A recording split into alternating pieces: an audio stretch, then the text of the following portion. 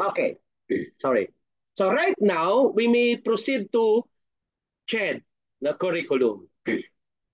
So at present, no, nursing, IT, BSE Secondary Education, BSE Ed, at saka Hospitality Management and other programs naka-moratorium. Anong ibig sabihin ng moratorium? Ang moratorium po is hindi ka pwede mag-offer ng program na yon right now. Anong reason? Kasi po marami ng school, state universities, local universities and colleges at saka private school na nag-o-offer ng ganong program.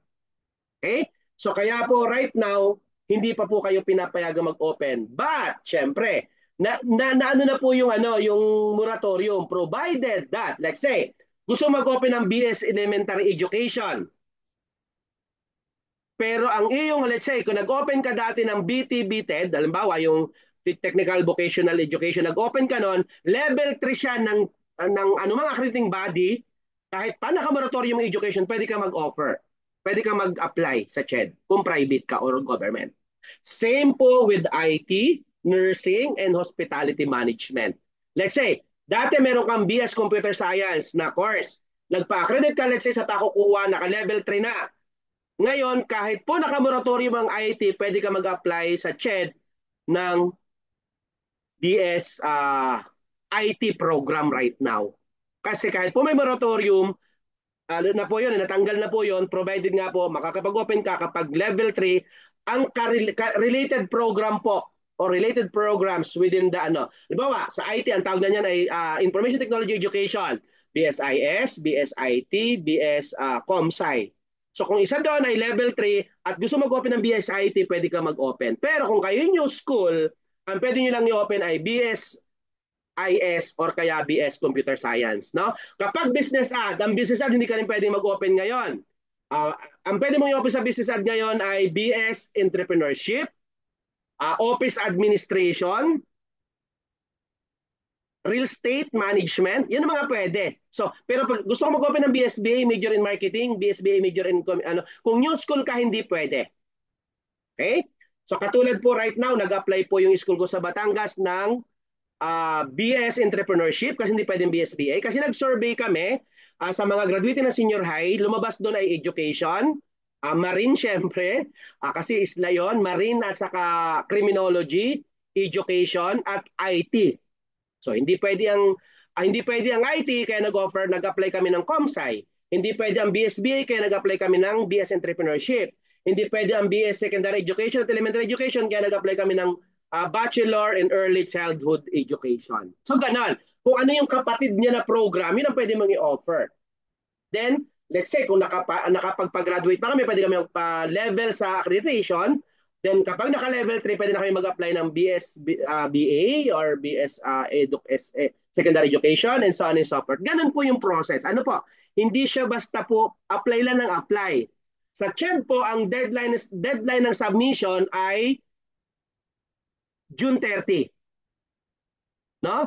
So June 30 dapat nakasubmit na kayo na inyong application. I think nag-August 30 ata no? Hindi ko masyadong maano. Okay? Pero June 30 ang regular na submission po. Dapat, kaya pagdating po ng June 30, tambak ang tao sa CHED na nagkapasa na application ng kanilang bagong course or program. Sa CHED kasi ang tawag natin programs, nasanay kasi tayo na, anong course mo? Hindi ganun. Dapat anong program enrolled ka? So pag sinabing program, BSBA, BSIT, BS Education, pag sinabing subjects, pag sinabing course, yun po yung mathematics, earth science, Filipino 1, Filipino 2, PE1, PE2. Ang tawag ngayon doon ay course or courses. Ano po? Yung mga BSIT, BS Education, ang tawag po dyan ay programs na ganun po. Kasi nung kami elementary, kahit siguro yung time din ninyo, yung mga medyo kaedad ko na ngayon or medyo malapit sa edad ko, sanay tayo na ang tawag ay course. Anong course mo? Saan ka naka-enroll? Sa World City. Anong course mo? Ay, MAED ako. No? Yun nga, noon. Ngayon, anong program enrolled ka? MAED. Ano yung specialization mo? Mathematics. English. So on and so forth. Ano pa? Okay, ba't ka naman matatakot sa arkwat? Mababait naman ang arkwat. Ikaw talaga. Okay. Okay, so ganito ngayon. Siyempre, sa CHED po, init. Ano?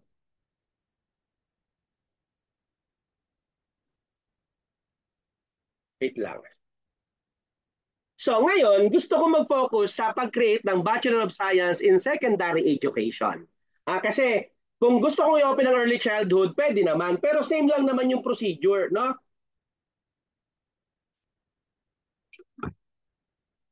Pag naturo ko na sa inyo itong paggawa ng curriculum, kahit anong ibigay sa inyo ng inyong boss or kayo ang may-ari mismo, alam nyo na kung paano gumawa ng curriculum sa ganitong programs. Okay? So Bachelor of Science in Secondary Education in our country involve aligning with Commission on Education standards and policies. No? Particularly, ang tawag natin dyan ay CMO, CHED Memorandum Order. Number 75. Ang pinaka-latest po sa secondary education ay CMO number 75 series of 2017 for teacher education programs. Okay. So ano nga ba ang dapat laman ng curriculum? Number one po, general education courses. No? It provides a foundational knowledge and skills. Lahat, kahit anong i-open yung programs, dapat may general education courses. Then afterwards, pagka na-plot nyo na yung general education courses, saka nyo i-plot si professional education courses. Focus on pedagogical skills, learning theories, at saka yung classroom management. Then afterwards, specialization courses. Ano ba? Focus kayo sa math, sa science, sa English, yun po. Then syempre, hindi pwedeng mawala ang field study or practice teaching. Okay? Now, sa ngayon, syempre, ano ko na, i-share ko na yung aking screen para talaga magmano-mano tayo. Punta ako doon sa aking screen. Wala naman akong tinatago dito eh. Para lang makita nyo kung paano, ha? Ganito po nagagawa ng curriculum para hindi kayo matakot sa ARQUAT. Alam nyo sagutin kung paano nyo ginawa. Okay? So, ayan. Ito yung aking ano, no, Lyceum of Tingloy, ano. Ayan. So, dito po, makikita nyo rito may CHED ako, no? CHED. Ayan. Sa CHED ko, makikita nyo po yung CMO. Okay? Yan, ito po mga CMO na to, downloadable po siya sa website ng CHED. Okay? Downloadable po. Sabi ko kanina, kapag secondary education, CMO number 75 series of 2017 o for BSE Ed or BS Bachelor of Science in Secondary Education to. Meron po BSE Ed. So, meron din po tayong BE Ed, no? 2074 naman series of 2017. Okay? Now, syempre, kanina nabanggit ko, kailangan may Gen Ed. So, ano po ang CMO ng Gen Ed? Kailangan lahat po kasi yan CHED Memorandum Order. Okay? So, ano yung, kasi hindi pwedeng basta lang ako maglalagay ng Mat 1, Mat 2, Mat 3. Hindi po. Mayroon po si CHED na guidelines sa inyo kung anong gagamitin ninyo or ano ang required nila. So, ito po yon, GE. Lagyan ako ng GE. Ang GE po ay CMO number 20, series of 2020. Pero gawa ako ng para talagang nakikita nyo nag-workshop ako. Kukuha ko dito ng isang ito BISED. BISED. May BISED kasi ako eh. Ayan po ang laman ha. Tingnan nyo po pa nag-a-apply sa CHED bago ko umalis dyan. Anong kailangan? Application letter, articles of incorporation, contract of lease or land ownership. Kapag kayo po nagli-lease ng lupa, see to it po na yan ay 10 years or more ang inyong kontrata. Or else, magkakaproblema tayo sa CHED. Ano po? So, dapat at least 10 years ang kontrata kapag nagre-renta lang kayo ng building. Then, kung kayo naman po ay landowner, so ilalagay nyo lang po yung landowner, nyo. Then, certificate of occupancy ng building. Nandyan si fire safety, sanitary, and everything and so on and so forth. Ano po? Siyempre, bago ka siyempre mag-create or mag-decide na magtayo ng school at mag-open, o kaya kahit naman may school ka na senior high school, mag-open ka ng college, siguraduhin nyo po na kayo ay may feasibility study. Kasi sa feasibility study, required po yan. Ano po? Hindi pwedeng wala. Anong nilalaman ng feasibility study? Siyempre, nandyan yung introduction, no? Nandyan yung school vision, school mission, core values, school educational objectives, tapos ano po yung ating mga Yung school logo, explain mo yan, bakit mayroon yan, and so on. Then vicinity assessment, ito po yung pinakamahalaga. Proximity and accessibility. Okay? So, yung conducive to learning, ina-assess po yan. Sabi dito, dapat approximately 100 to 100 meters away from, ay ganyan-ganyan, and so on and so forth. No? Then, ano pong districts nakakasakop sa kanya? Ano marapit na eskwelahan na nag-o-offer ng the same course? Ilalagay mo yan, ano mga eskwelahan na nag-o-offer ng ganong course na gusto mong i-open? Ibig sabihin, para pag ang bata ay nag-transfer, ang bata ay maraming pupuntahan. Okay? Then, ano yung mga target mong population? Okay, halimbawa, ang projection mo, ang dito sa National High School, 250 ang gagraduate, sa ganito, 480. Ito ang dami. So, ito possible mo target na estudyante, ibig sabihin. Kasi ang CHED, hindi man basta-basta mag-a-approve nang wala kang ina-idea na sinong possible kong estudyante. No? Kaya dapat mayroon tayong feasibility study. Ilang building? No? So, ilang square meter? Ang CHED po, dapat po at least 1,000 square meter ang inyong building. Kung kayo magrerenta, dapat 1,000 square meter in above. Paano ang bilang nun? Halimbawa po, ang baba, first floor 250, ang second floor 250, third floor 250, ang fourth floor 250, 1,000, qualified ka na sa CHED pagdating sa building requirement, sa sukat. May sukat po na re-required yun. Ay, Doc, bakit merong nasa taas ng 7-Eleven? Huwag niyo na punta lang sa akin, ha? Basta yun po yung guidelines, no? So, yun, gambling establishment, i-declare mo yan, and so on and so forth. Ayan, basta lahat yan. Tapos yung target mong tuition fee, dapat nandyan. Magkano per unit, magkano pag lecture, ano yung mga miscellaneous, dapat nakasulat sa feasibility study. Saan i-allocate yung ibabayad ng bata? Dapat nakalagay dyan. So, yung mga nasa private dyan, joke lang ha, silipin ninyo yung bang 35 para sa library talaga na i-improve. Yung 30 ba talaga sa salary na pupunta pag private ha. Ang 15 ba rental, ang miscellaneous, so on so forth. So joke lang yun ha, pero dapat yan ang binabagay sa CHED. May nakasulat doon kung saan allotted yung tuition fee ng bata. Naku, patay. Delikado si Dean kung ano pinagkasabi. No. Pero yun ang totoo, dapat ha, yun ang tama. Okay? Para kung kayo magtatayo ng school, tawagan nyo si Dean, tutulungan ko kayo kung paano. Okay? Then, syempre, yung purpose and allocation of each item in proposal, syempre, tuition, registration, medical, dental, athletics, library, guidance council, ID card, computer, lahat po, development fee, lahat na ng classing fee, security and utility services, insurance fee, student manual fee, and so on and so forth. Isusulat nyo po yan. Tapos, syempre, kailangan mag-provide ng at least 5-year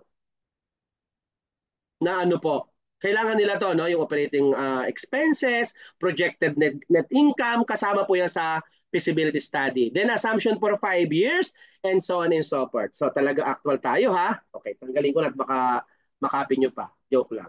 Okay, now, proceed naman tayo ngayon. Question so far. Do you have any questions so far?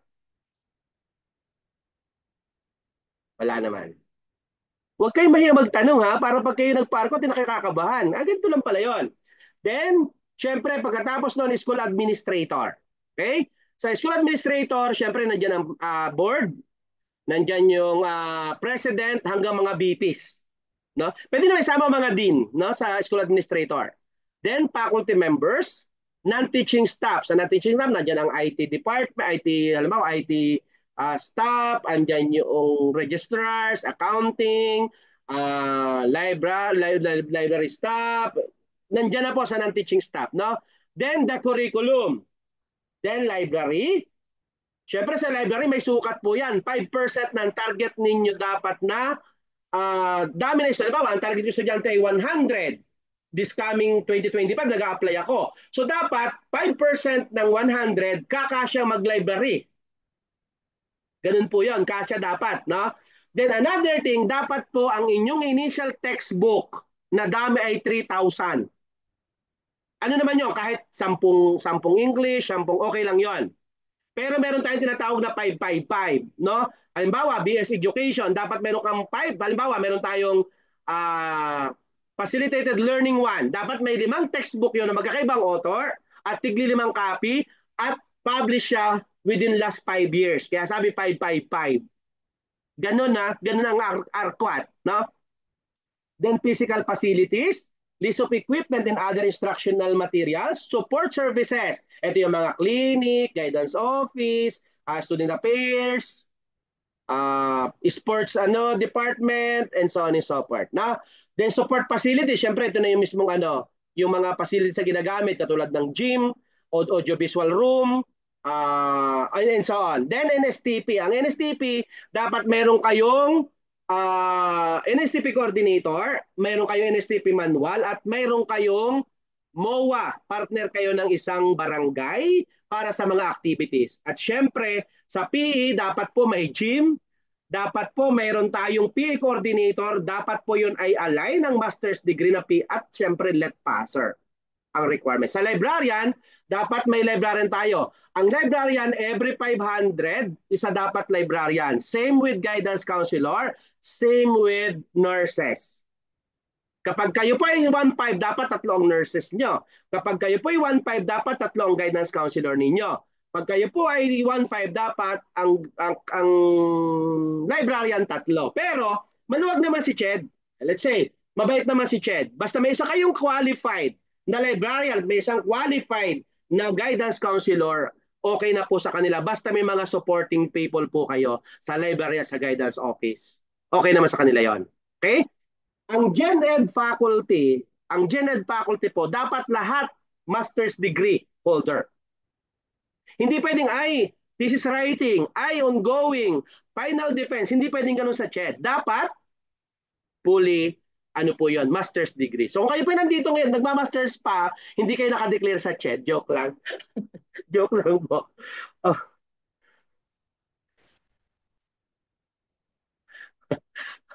Okay, di ba? Natatawa kayo, Okay, so kung kayo connected sa chat, hindi kayo master's degree, huwag kayo magturo ng college. Joke lang. Kasi yung mga requirement ng chat, dapat full-fledged master's degree. Sorry lang ako, artmat kasi ako, kaya talagang So third ngayon naman, kaya nga po kami, Doc, kaya nga po kami, ngayon kaya nga po kami nagma-master's degree para ma-qualify sa chat programs. Ano po? Ayun.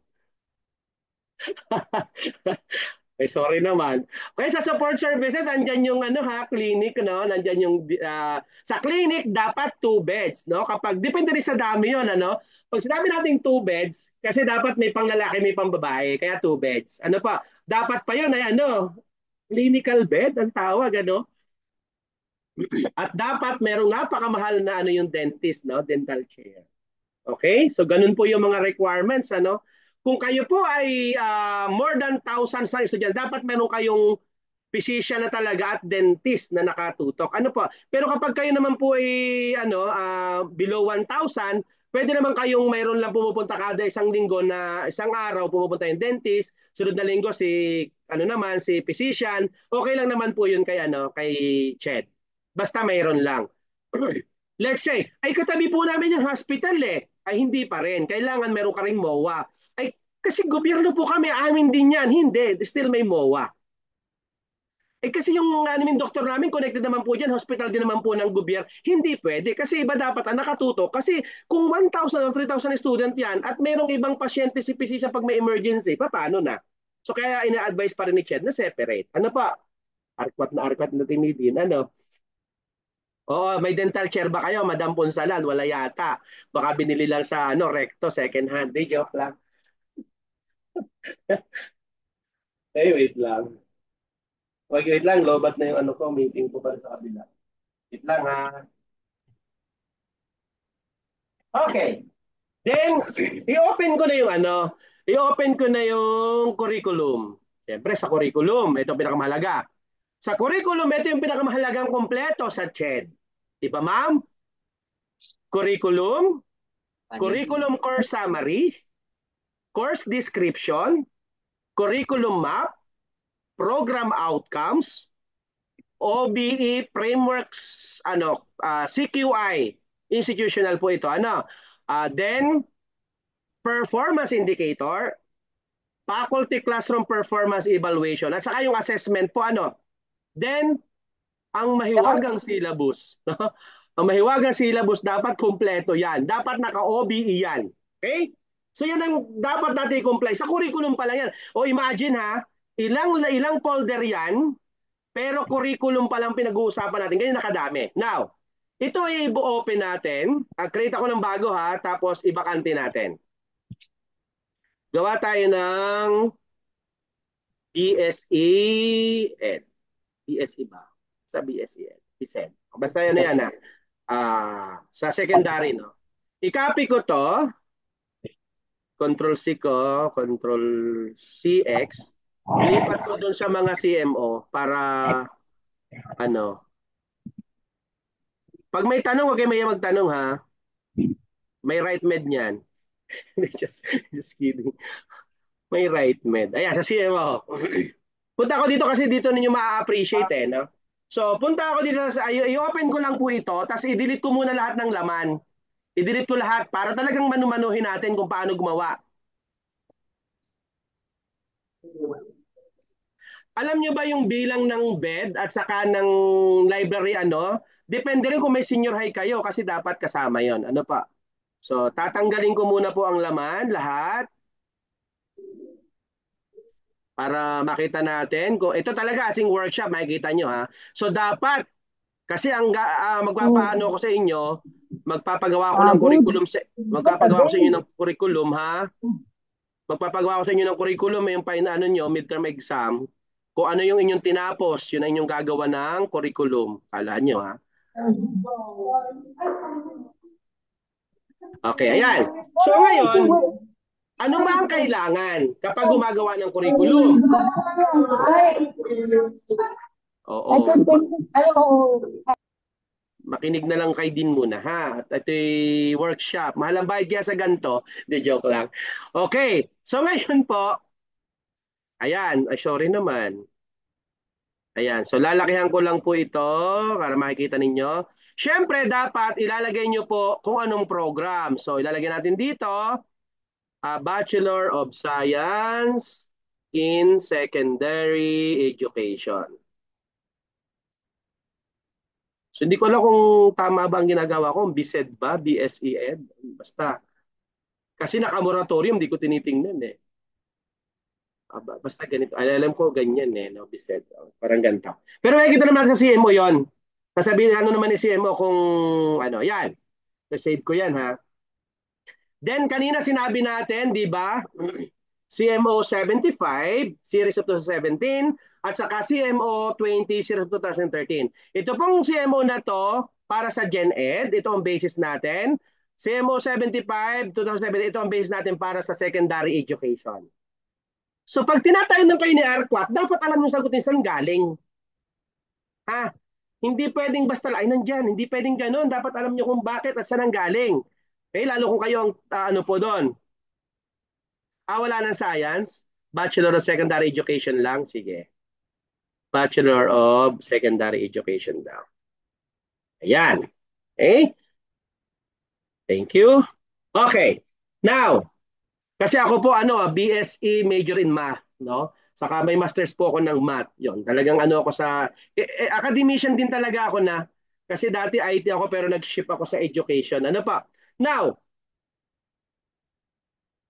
kaharang kasi Ari. So i-minimize ko muna. Mag-open tayo ng Gen Ed muna, Gen Ed. Ito yung Gen Ed 20 series of 2000 ano pa. So sabi sa Gen Ed, dapat ay hindi ko na babasahin yung may details yan ha. Hindi na isa-isahin ni Dean, ni Doc, no? So punta na tayo sa requirements. Ano ba ang nire-required? Ano ang hahanapin ni ARQUAT? Ito daw ang hahanapin ni ARQUAT. No? Ayan, sabi niya, dapat daw ay may 24 units ng core courses at 9 units ng elective courses. Ano yung 36 units? Ay, bali 36 units, ano po? So 24. Ito po ang sinasabi ni DepEd, ay ni Chet. Para hindi kayo magka-problema, ito na inyong sundin kung anong ina-advise niya. Di ba po?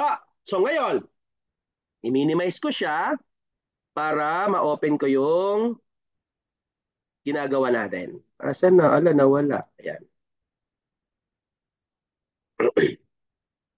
Ayan, nawawala. Paano ko ba pagsasabayin? Ayun. Tapos, nawala. Ayun. So sabi dito, understanding the self, isa sa kailangan.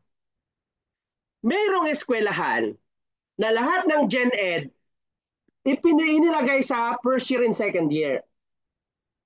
Okay? May eskwelahan naman ang ikinonsider yung halimbawa ethics, nasa bandang dulo na, Rizal nasa fourth year na. Ano po ba yung mga Gen Ed na dapat? Understanding self, reading in the Philippine history, the contemporary world, mathematics, purposive communication, art appreciation, science, technology, or ano po, STS, ethics. Yan po ang dapat mayroon. Ano po? So ngayon, kapag kayo po ay bagong school at mag-o-offer kayo ng CHED programs, huwag kayo mag-open ng isa. Kasi hindi natin masisigurado makakabuo ka ng isang section kung private ka. Eh dilugi ka. Eh ang target natin kapag understanding the self, merge ang tatlong course halimbawa or tatlong programs rather. Okay? Merge sila. Halimbawa po, understanding the self. Ilagay natin yan. Gusto mo ba nasa unahan yan? Ang code, kayo po ang bahala sa code. Pero iba GEE 101 ang ginagawa niyan. So ngayon, ang gagawin nyo muna, magawa, halimbawa tatlo, katulad ko, childhood, entrep, at saka comsci. Lahat sila sabay-sabay mag-understanding self. Sabay-sabay sila magre-reading Philippine history. Sabay-sabay sila mag-contemporary world. Bakit? Kung private ka, dapat isipin mo rin yung, ay paano kung dalawa lang nag-enroll dun sa secondary education? Paano kung dalawa lang enroll sa entrepreneur? At least merge sila sa ganung subject na common sa lahat. Pero, kung kayo naman po yung malaking eskwelahan, huwag niyong pagsasabayin. Ano naman ang idea behind? Ang understanding self, halimbawa, nasa first semester ng education, nasa second semester siya ng IIS or computer science. Bakit? Para pag may transfer kayo, at second sem siya nag-transfer at hindi niya na-take yung understanding self, pwede niya natin ipatake sa kanya. Nakukuha yung strategy? Nakukuha? Nakukuha yung strategy? Feeling ko magtatayo na kayo ng school talaga pagkatapos ng aking discussion ngayon eh. Okay? So, ganun. Minsan, kapag kayo po yung maliit na eskwelahan, pagsabay-sabayin nyo muna. Na pagsabay-sabayin nyo kung anong pare-para silang subject. No? So, halimbawa, kung kami po kasi sa IT, no, as much as possible, dapat maaga yung math. No? So, okay naman natin. Understanding,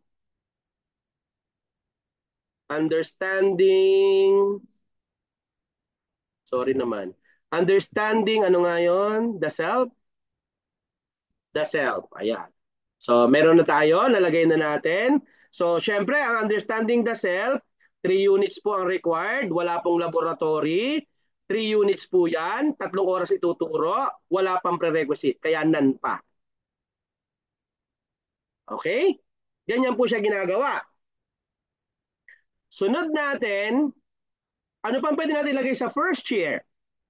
Kasi purposive communication, pwedeng ano yan, sa unahan din yan, parang English ano nila. Pero kami ha, sa IT, inaanugad namin ang GEE 102 is mathematics, no? At actually, understanding self namin, mga second year yan eh. Mathematics, ganon. Sorry naman. Mathematics. Ay, ba't ganon? In the modern world. In the modern world. Ayan. So yan po ay 3 units. 0, 3 units. 3 oras ituturo.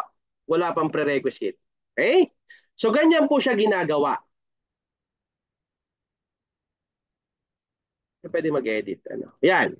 Then, let's say for example, ang reading in the Philippine history, unahin natin yung purposive communication. Ilagay natin sa ano, hanggat maaari, no? Ako dala-dalawa lang eh, no? Para hindi sabay-sabay. Sorry. Ano to ha? Workshop to. Pwede may certificate after. May workshop eh. Pag may tanong ha, huwag mahihiyang magtanong ha. Ayun, 103. Sunod-sunod ninyo lang, wala nang problema yan. Pasok na natin dito sa purposive communication. Ayan, communication. Yan. Pwede mo nang isabay dyan si GE lang. Sorry ha, GE lang, hindi GEE. Ang General Education lang, hindi GE. Ang GEE yung elective sa sinasabi ko kanina, no? So GEE yan. GEE 104. Pwede mo na ipasok si may understanding the self ka na eh. So, kung ang purposive kasi mas maganda pagkatapos ng purposive, reading naman siya. So, the contemporary world, no? So, pero still nasa sa inyo pa po yan ha. Pag gen ed naman, wala namang prerequisite. Kaya okay lang. So, kayo, sa tingin ninyo, ano bang mas uunahin, walang problema doon. Ako kasi personally, pag sinabi kong, dapat pagkatapos, ito contemporary, ito kasi parang history something, no? Baka pwede na siyang purposive muna bago siya mag-reading in the Philippine history. Kayo po ang bahala doon, ano? Hindi po yun, ano. Basta ang GE kompleto, wala na pong problema kay Ched. Okay? Then, GE 105, pwede mo na ipasok dyan si readings. Ito kasi ano eh, no? Parang politics, no? Philippine history. Ay, Philippine history pala to. No? Pero may politics na inalagyan teacher dito eh. Then, ilan na yon? Di 105. Eh sabi dito, ano to eh, 24. Ano pa? So GE 106, ano na, art appreciation. Art appreciation. Okay? Sa second sem, pwede kang mag-GE 107. Pero pwedeng tatlo ang GE dito ha. Pwedeng tatlo, pwedeng apat sa first sem, second sem, apat. Walang problema doon. Hindi naman sila prerequisite, ha? Walang problema doon, pero pwede. Ako kasi ginagawa ko dala-dalawa lang. Okay, GE. Pero sa inyo pa rin po yun ha. Ano to? It's just only an advice ha. Hindi po siya requirements. Kayo po ang bahala doon. So, may art appreciation ako, rin Philippine History. So, pwede ko ipasok dito yung STS, no? So, Science, Technology. Tiyaga ha, maghintay kayo ha. Okay, mainip. Technology, STEM. Science, Technology, and Society. Yan, in Society. Ano ba yan? Ayan, Society. So, tapos, ang ginagawa ko niyan, kasi kami merong professional ethics sa IT, so bago mag-professional ethics ng third year, second sem, nilagay ko rito yung GE 10, ano na tayo? 109. Inilalagay ko dito yung ethics, na ethics. Pero syempre, kung kayo po ay meron kayong mga Christian living, itingnan nyo po, kailan mo mauna si ethics ba muna or Christian living 1 and 2 muna. So, i-consider nyo po yon, okay? Yung mga Christian living na sinasabi ko, mamaya ko po sasabihin sa inyo kung bakit naglalagay nun. Ano? Ang tawag po kasi doon is school requirements. Halimbawa, sa World City, merong Christian living 1 to 6, meron pong English proficiency 1 and 2. School requirements yon. Ay, mamaya sabihin kung bakit may ganon. Okay? Then, GE, bakit 109 na ako? Ay kung 24, di ano? 1, 2, 3, 4, 5, 6, 7. Walang 8. So, ang 8 natin, pwedeng si Rizal. Si Rizal kasi requirements, ano yung required yun ng lahat, si Rizal. Kaya lagyan natin si Rizal. Ano, yeah, so understanding, readings, okay na. The contemporary, mathematics, purposive, art appreciation, STL, ISTS, then ethics. So, kompleto na, 24 na yan. So, 1, 2, 3, 4, 5, 6, 7, 8, 24. So, tayo po ay kung 8 times 3, 24. Anong kulang natin? Bakit, ano pa? Ganyan ha, mag-check.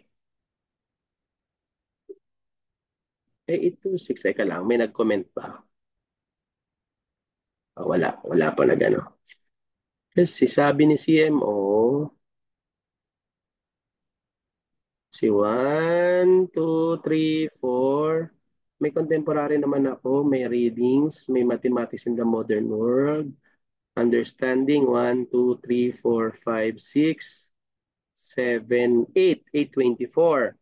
Ano hindi ko nalagay? Kasi understanding, reading, no? Hindi, nandito na yung art appreciation. 721 lang eh. So wala pa si Rizal. Dapat si Rizal kasi pang ano yan eh, additional requirements yan eh. May isa akong na-miss. Ethics. Ay, ang ethics nasa taas. Ano? Ayun, nandito ang ethics. So, pwede nating ilagay dito ang ethics. Sige, dito na lang. Para tayo nalilito. So, ethics. So, tanggalin ko muna rito. Dito natin ilagay si Rizal. Pwede naman yan. Okay, yan. So, di ba 24? So, okay na agad tayo kay Gen Ed. Na, ngayon, meron din po si Ched na tinatawag na PE. May PE requirement, may CMO din yon. Okay? So, ano naman ang CMO ni PE? Pwede nyo rin ilagay yun doon. So, balik ako rito. Close ko muna to. Baka nakaka-open ako ng ano. Okay, so, ayan. Punta ako dito. Nasaan na yung ano ko kanina? Teka, punta ako sa CMO ha. Ched. Ang bilis ng kamay ni Doc. Ched. Ano ba yan? Laging doon. Ayan, Ched. Teka, nagbabasa kasi. Ayan, Ched. Tapos, CMO. Ang PE, patpit na po ang pinapagamit ngayon. So, dapat, ayan, CMO 40, 2021. So, kailangan mag-comply din tayo dyan. Hindi pwedeng hindi. Magagalit ang, hindi magagalit. Ibig sabihin yung RQuat, di kaya approve. So, and dito, sabi patpit 1, patpit 2, 3, and 4. So, yon. So, pwede naman natin ilagay yan dito sa pinakababa, 2 units, patpit 1. Actually, ang fit niya capital letter lahat eh. Kasi may ano yan eh. Yan. So, para hindi kung nalilito ka, palagay mo lang naman dyan, ano eh, yung kung ano yung ibig sabihin niya, saka ka na mag-identify kung ano yung patpit. Pero guided po yan dito kung ano naman dapat ng patpit. Ano po? So, patpit 3, at saka patpit 4. Yan. Tapos, ilagay nyo lang dyan ang, ano, ang ibig sabihin ng patfit, no? Ang patfit kasi ay physical education, physical activity towards health and fitness. Yun po ibig sabihin ng patfit. Okay? So, maraming pagpipilian dyan. Kayo na po ang bahala. Depende sa course, ano, sa program na i-enroll ng bata. Kasi kung halimbawa po, tourism, marine, so dapat may swimming. So, kayo na po ang bahala doon. Basta ang una po niyan, syempre dapat exercise. Merong exercise. Ano po? So, meron naman suggestion dito si, ano, si Ched kung anong gagawin ninyo. Ayan. Wait lang. Ayan. Patpit 1, movement competency training. Patpit 2, exercise-based fitness activities. Patpit 3, pwedeng dance, pwedeng sport, pwedeng martial arts. Kayo na po ang bahala dyan. Then patpit 4, the same po nung nasa taas. So ibig sabihin, pwedeng sa patpit 3 mag-sports kayo, patpit 4, pwede kayong mag-swimming, pwedeng mag-martial arts, pwedeng mag-dance, no? Or pwedeng kung ano man gusto nyo or outdoor adventure activities, pwede po yon. Okay? So allowed naman po yan ni ni Ched. Okay? So ako ginagawa ko diyan, nilalagay ko na lang dito halimbawa kasi ang kadalasan ng 4 di ba basketball, so sports nilalagay diyan pero dapat nakalagay kung anong sports, no? Sports. Dito naman nakalagay diyan kadalasan ay dance, no? Yung iba naman diyan swimming. Kayo na po ang bahala doon. Depende sa program na enroll ng bata. Baka swimming. Tapos magbabayad pa bata ng swimming pool, wala naman pala kayong swimming pool o walang malapit na dagat. Ano po? At tapos ang course naman ng bata, education.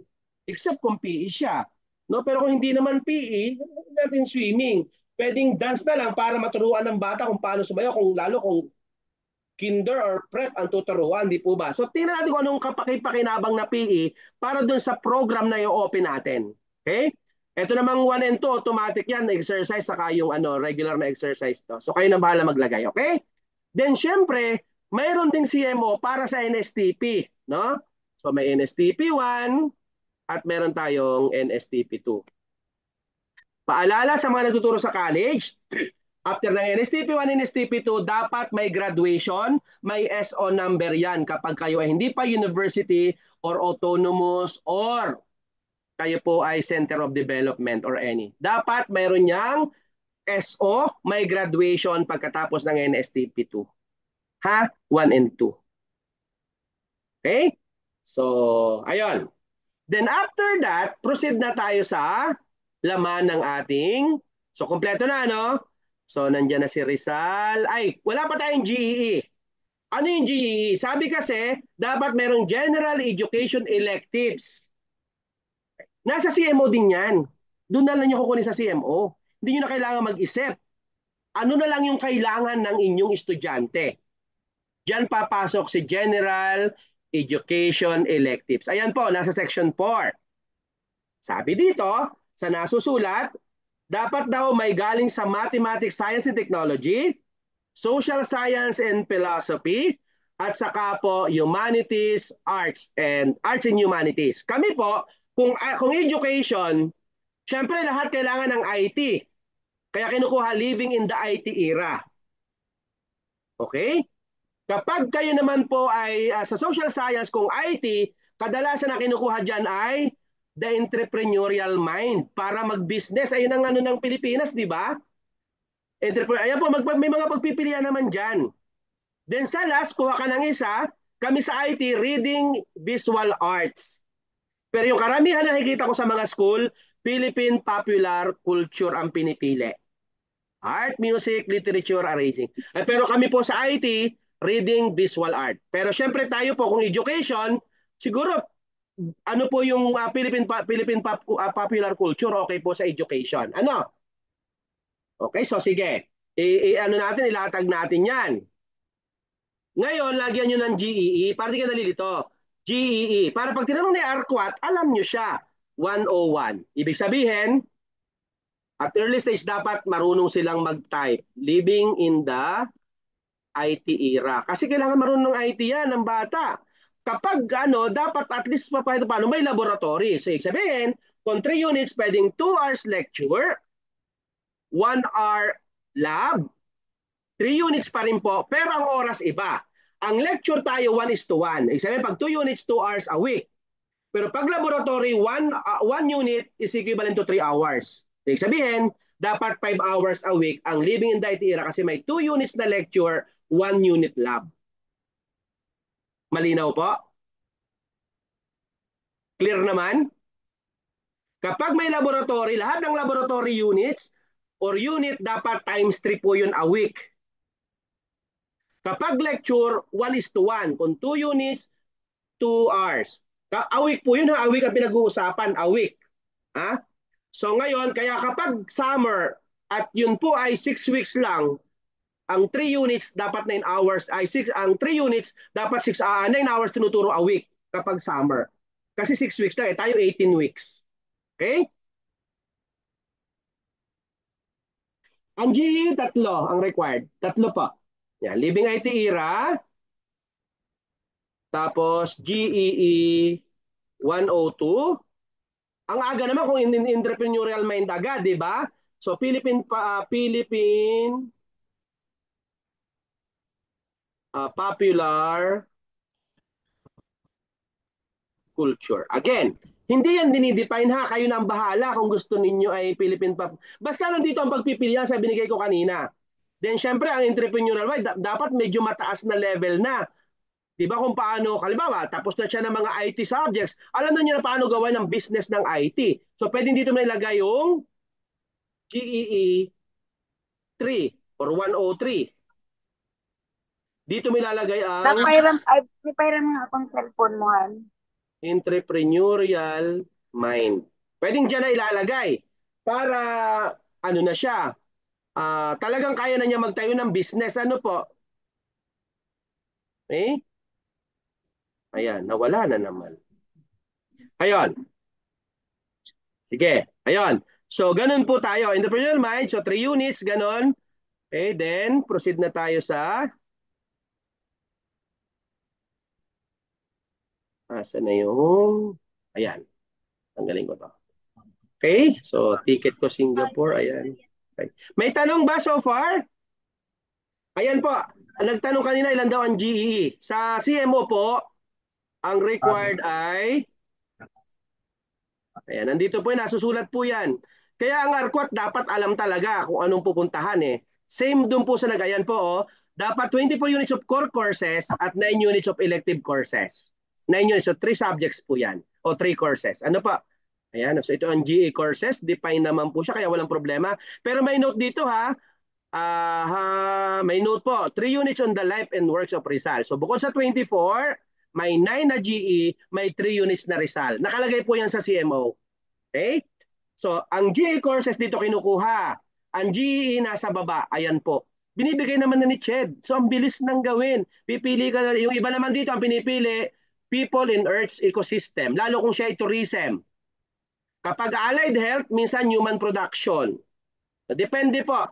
Kapag Catholic schools, religion, yan, ganyan. Depende po, ano. Yung iba naman, gender and society. Kapag siya po ay nasa Region 2, Philippine Indigenous Communities, depende po yung sa school ha, open naman po yan. Walang ano. Lahat po ng program, required po yon 1 unit times 3 hours a week. Kapag 18 weeks ang semester. Kapag naman po 6 weeks lang at summer, 9 hours a week ang 3 units na lab. Okay? Basta 1 times 3 lagi yon. Okay? So okay na tayo dito. Punta na ngayon tayo sa, tapos na tayo sa GE, tapos na tayo sa GEE, tapos na tayo sa PATPIT, punta na tayo sa CMO 75 series of 2017. Ayan. Ang kagandahan lang ng CMO ng CHED, guided yan. No? So, i-ano na lang natin. Okay? So, ayun nga po, Bachelor of Secondary Education, BSED. Okay? Ayan, nakasulat naman dyan. Hindi ko na isa-isahin. Baka abutin tayo hanggang bukas. Ayan, sabi niya, degree name, BSE Ed, major in English, Filipino Mathematics, and so on and so forth. Okay? So, ang kagandahan sa kanya, nandyan na po ang program outcomes. Program outcomes, common sa lahat ng education or lahat ng course, lahat ng programs sa Pilipinas, kahit yung BS IT, BS Tourism, BS Education, BS Marine, lahat po dapat mayroon kayong ganitong common to all programs na program outcomes. Okay, ilan yan? Kasi yan po ay laman ng PQF Level 6 descriptor. Okay? Kapag kayo naman po ay education, dapat mayroon din kayong ganito. Makikita rin din ni Ched pag nag-check na mayroon kayong 7 to 8 na common sa lahat ng teacher education program. Then dito na pumapasok yung per major. Halimbawa English, dapat ito makikita ko. Kung secondary yung Pilipino, ito makikita ko dapat. Kung siya may mathematics, ito makikita ko dapat. Ngayon, bakit Doc yung iba may mga dagdag? Nagkakaroon ng dagdag kasi dahil sa specialization. Halimbawa, ang World City ay BSIT major in cybersecurity. Itong proposal na to ay para lang sa direct program. Pag may specialization, syempre dapat may additional kang program outcomes. Clear po ba yon?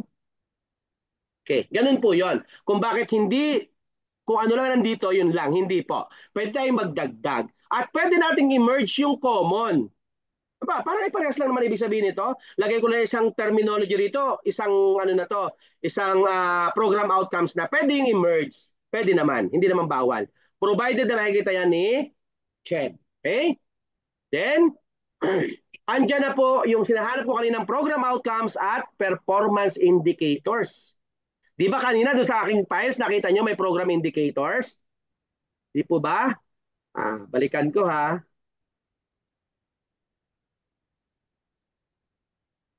Pagkatapos nito, pwede na kayo mag-apply ng CHED programs. Ayun, teka lang ha. Final submission. Curriculum. Hindi. Punta natin si BSED.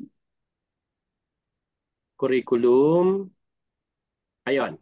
Meron po tayong program outcomes at saka performance indicators. So pag inopen natin yan, ayan na. Ilalagay na lang natin Lalagyan natin logo. Yan na siya. Pwede ka na mahihirapan kung the same lang naman yung curriculum na kinuha mo sa CHED na CMO. Pero kung meron kayo dinagdag na specialization, dapat may additional ka rito na program outcomes at saka performance indicator. Clear tayo doon ha? Okay. Okay, so ngayon, okay na yan. Nandyan na rin po, kay Pilipino naman yan. So, iba-iba po ha, bawat program, bawat specialization, I mean. Okay? Then, binibigyan na kayo ni Ched kung ano ang laman Ayan na po, di ba? Sabi niya, ang kailangan ay the child and adolescent learners. Ang kagandahan pa niyan, nakalagay na yan sa baba, may sample na yan. Kung ayaw nyo mahirapan at magdagdag na lang, i-follow nyo na lang tong ginawa ni Ched. Pero pwedeng kayo, kasi sabi ko nga kanina, mayroon naman kayong rights. Ayan, si Ched nagbigay na agad ng ganyan, no? English, linguistic, ayan, nandyan na. Mag-i-edit na lang kayo or mag-a-add na lang kayo ng inyong specialized or additional school requirements. Okay? Ayan na, ganyan gumawa, oh. Ganyan lang. Nandyan na. Available na lahat dyan. Hanggang 4th year. So ito sa science, no? Sa math.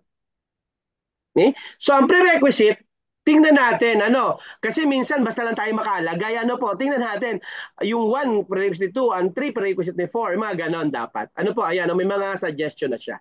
Andiyan na. Tapos, di ba kanina kailangan din po ng mapping? Ayan na po yung mapping. Ayan, nakamap na siya, oh. Aha, oh, yan. Ano yung program outcomes, ano yung cluster, and so on. Nandyan na siya. Di po ba? Magkabago lang po yan kapag may additional tayong specialization or may school requirements tayo katulad ng Christian Living. Yung iba naman kasi nag-o-offer ng IT pero meron silang foreign language 1 and 2. Manadagdag po yan dyan. Okay?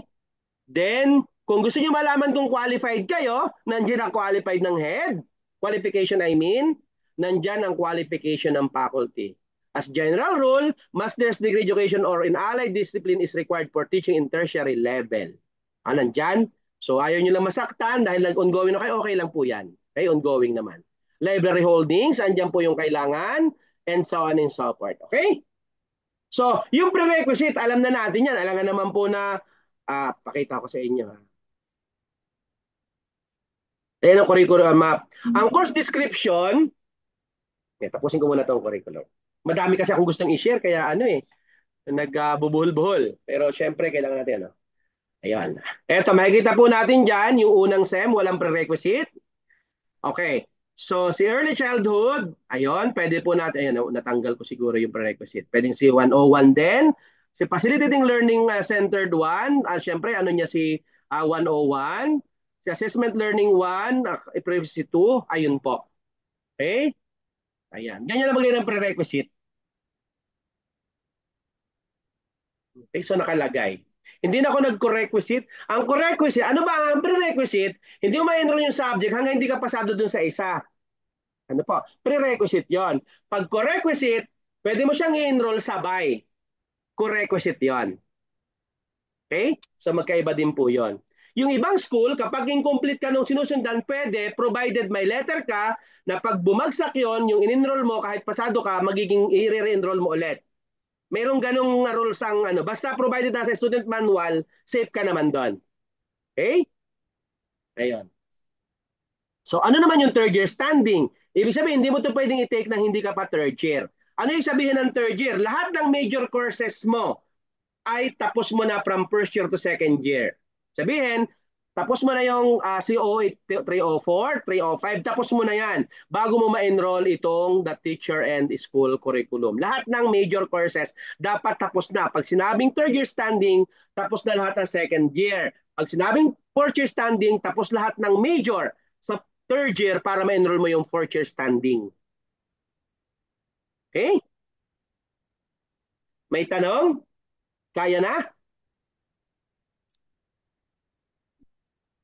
Kaya na mag-create? Bibigyan ko kayo ng CMO, mag-create kayo ng sa inyo. Yun ang ating midterm exam, malamang.